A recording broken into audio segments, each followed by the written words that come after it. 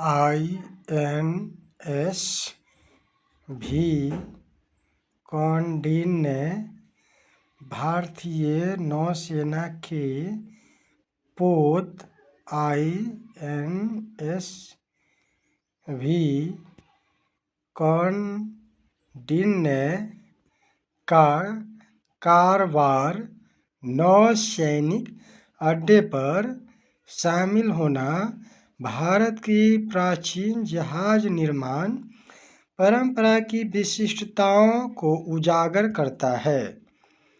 इसका निर्माण 2000 वर्ष पुरानी टंकाई पद्धति से किया गया है। इस तकनीक में लकड़ी की तख्तों को नारियल की रस्सी और प्राकृतिक रेजिन से सिलाई करके जोड़ा जाता है, जिससे जहाज़ों को अद्भुत लचीलापन और मजबूती मिलती थी। इससे जहाज़ उथले जल में आसानी से यात्रा कर पाते।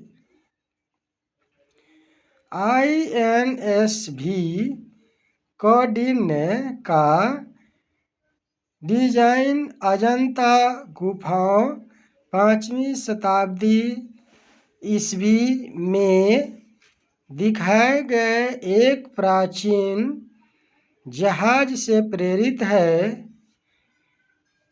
जिससे यह भारत के समृद्ध समुद्री व्यापार के अतीत से जुड़ा है। इस पोत का नाम कौंडिन्य के नाम पर रखा गया है। वे दक्षिण पूर्व एशिया तक समुद्री यात्रा करने वाले प्रसिद्ध नाविक थे। यह पोत महासागरों की यात्रा की प्राचीन भारतीय परंपरा का गवाह है। INS भी कौंडिन्य जहाज निर्माण की भारत की समृद्ध परंपरा और सामुद्रिक क्षेत्र में प्रभाव का प्रतीक है। पाषाण काल स्टोन युग या एज पाषाण काल भारत का सबसे प्रारंभिक प्रागैतिहासिक काल है। इस काल में जीवन मुख्य रूप से पत्थर के औजारों के उपयोग पर आधारित था। प्रागैतिहासिक काल की शुरुआत पूरा पाषाण काल से हुई। इस काल में लोग खानाबदोश आखेटक खाद्य संग्रह करता थे और कठोर बिना घिसे औजारों का उपयोग करते थे। पूरा पाषाण काल के बाद आया मध्य पाषाण काल आया, जो एक संक्रमण काल था। इस काल में लोगों ने सटीकता से शिकार करने के लिए छोटे नुकीले पत्थर के औजार बनाए, जिन्हें माइक्रोलिथ यानी कि सूक्ष्म औजार कहते हैं। इस काल की समाप्ति के बाद नवपाषाण काल आया। इस काल में मानव के जीवन में महत्वपूर्ण बदलाव आया।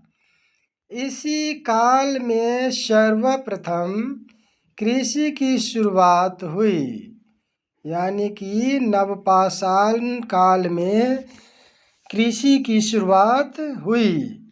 पहली बार घिसे पॉलिशदार औजारों का उपयोग शुरू हुआ और पहली अस्थायी बस्तियों की स्थापना हुई।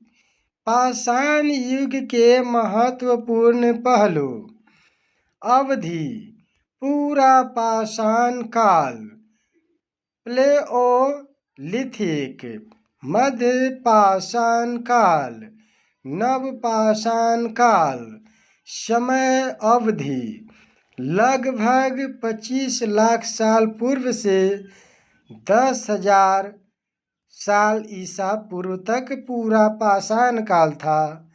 मध्य पाषाण काल लगभग 10,000 ईस्वी पूर्व से 4,000 ईस्वी पूर्व मध्य पाषाण काल था। नव पाषाण काल लगभग 4,000 ईस्वी पूर्व से 2,000 ईस्वी पूर्व तक। विभिन्न काल खंड में जीवन शैली में बदलाव किस प्रकार से हुआ? छोटे घुमंतु समूहों में रहते थे, यानी कि पूरा पाषाण काल में यह जो है घुमंतु के रूप में जीवन व्यतीत करते थे। छोटे घुमंतु समूहों में रहते थे। उनका जीवन बड़े जानवरों के शिकार, कंद मूल पर आधारित था। पूरा पाषाण या मध्य पाषाण काल में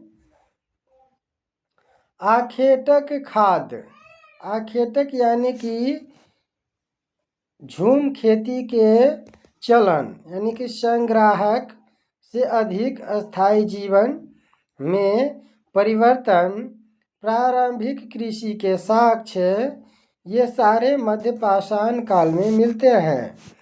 यह काल अवधि आमतौर पर नव पाषाण क्रांति के नाम से जाना जाता है। लोगों ने कृषि कार्य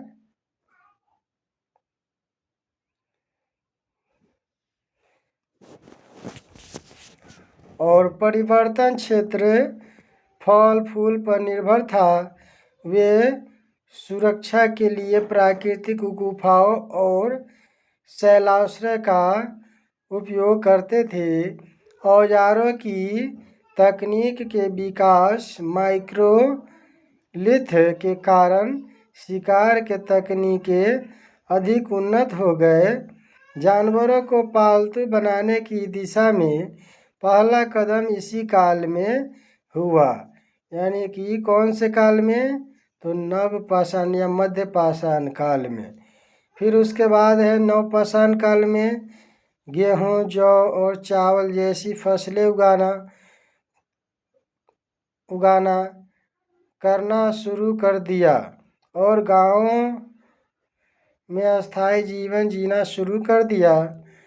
फिर है क्षेत्र, यानी कि प्रमुख स्थल भीमबेटका मध्य प्रदेश, अतिरमपक्कम तमिलनाडु और प्रमुख स्थान बागोर राजस्थान, आदमगढ़ मध्य प्रदेश, प्रमुख स्थल मेहरगढ़ पाकिस्तान, बुर्जहोम कश्मीर, चिरांद बिहार। उपकरण प्रौद्योगिकी का विकास, पत्थर के बने हस्त कुठार, चॉपर, क्लीवर आदि। माइक्रोलिथ अर्थात सूक्ष्म औजार, छोटे व नुकीले औजार, तीरों के सिरे और खुरचनी आदि। पॉलिशदार पत्थर के औजार, कुल्हाड़ी, वसूला, एडज आदि। कला और संस्कृति, इस काल में ही शैल चित्र कला, रॉक आर्ट की सबसे प्रारंभिक शुरुआत हुई। भीमबेटका जैसे स्थलों पर जानवरों के बड़े बड़े चित्र पाए गए हैं। ये शैल चित्र प्राचीन भारत के अध्ययन के लिए अत्यंत महत्वपूर्ण है, क्योंकि ये हमें उस समय की आर्थिक गतिविधियों जैसे शिकार, सामाजिक संगठन, सामुदायिक जीवन, विश्वासों और अनुष्ठानों, आध्यात्मिक उद्देश्य, तांत्रिक क्रियाएं, शमशानवाद, ओझा की प्रामाणिक जानकारी देते हैं। साथ ही समय के साथ पर्यावरण और प्रौद्योगिकी में परिवर्तनों की भी तस्वीर पेश करते हैं। इन चित्रों के अलावा मृद भांड भी इस काल में कला और संस्कृति का अहम हिस्सा थे। हालांकि शुरुआत में इनकी डिजाइन बहुत साधारण थी। फिर है प्राचीन भारतीय इतिहास को समझने में गैर साहित्यिक स्रोतों की भूमिका। शैल चित्र और मृदभांड यानी कि मिट्टी का बर्तन जैसे गैर साहित्यिक स्रोत हमें प्राचीन भारत के जीवन, संस्कृति और प्रौद्योगिकी ज्ञान के बारे में महत्वपूर्ण सूचना प्रदान करते हैं। ये स्रोत लिखित दस्तावेजों से परे प्रारंभिक समाजों को समझने में हमारी मदद करते हैं। शैल चित्र प्रागैतिहासिक जीवन की एक झलक। शैल चित्र प्रागैतिहासिक जीवन की एक झलक। शैल चित्र जैसे कि भीमबेटका की गुफाओं में पाए गए चित्र प्रारंभिक मानव जीवन के प्रत्यक्ष साक्ष्य प्रस्तुत करते हैं। ये चित्र शिकार, सामुदायिक गतिविधियों और अनुष्ठानों की झलक प्रस्तुत करते हैं। साथ ही प्रारंभिक आर्थिक गतिविधियों, सामाजिक जीवन और आध्यात्मिक विश्वासों के बारे में जानकारी प्रदान करते। कुछ चित्रों में शैमेनिक ओझा, तांत्रिक परंपराएं और सहानुभूतिक जादू दिखाया गया है, जो उनके धार्मिक दृष्टिकोण का संकेत देते हैं। शैली में बदलाव पर्यावरण और तकनीक में आए परिवर्तनों को भी दर्शाते हैं। मृदभांड प्रौद्योगिकी और सामाजिक विकास का प्रतिबिंब। पाषाण युगीन मृदभांड हस्त निर्मित से लेकर चाक निर्मित मृदभांड यानी मिट्टी का बर्तन की विकास यात्रा है, जो समाज और प्रौद्योगिकी में बदलाव का संकेत देता है। नवपाषाण कालीन मृदभांड कृषि की शुरुआत का संकेत देते हैं। हड़प्पा कालीन मृदभांड अत्यधिक संगठित समाज की तस्वीर पेश करते हैं। उत्तरी काले चमकदार मृदभांड NBPW मौर्यकालीन समृद्ध समाज की झलक प्रदान करते हैं। गैरिक मृदभांड OCP चित्रित धूसर मृदभांड PGW आदि से सांस्कृतिक कालखंडों की पहचान और समय निर्धारण में मदद मिलती है। मृदभांड व्यापार संबंधों का भी उल्लेख करते हैं। मेसोपोटामिया में हड़प्पा कालीन मृदभांड और भारत में रोमन मृदभांड पाए गए हैं, जो सांस्कृतिक आदान प्रदान का संकेत देते हैं।